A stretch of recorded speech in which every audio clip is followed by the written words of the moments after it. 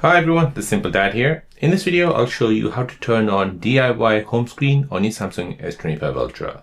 So in the Samsung S25 Ultra, you can use the Home app module in the Goodlock app, and you can turn on DIY home screen. So if you want to have total control over how your home screen looks and behaves, then with DIY home screen option in the Home app module, you can completely revamp your layout. So you can customize grid size, remove labels, and declutter your interface. So it's giving you a cleaner and more personal experience. So let me show you how to do this. So first, you're going to go ahead and open up the Goodlock app.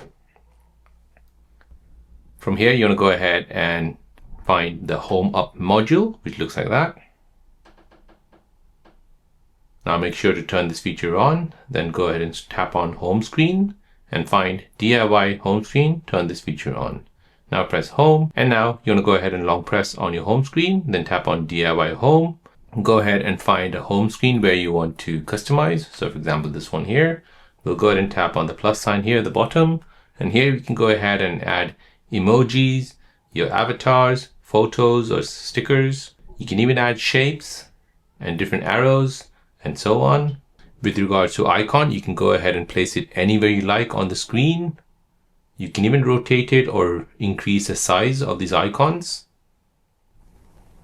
So you can say goodbye to clutter and hello to a home screen that actually works the way you want it to work.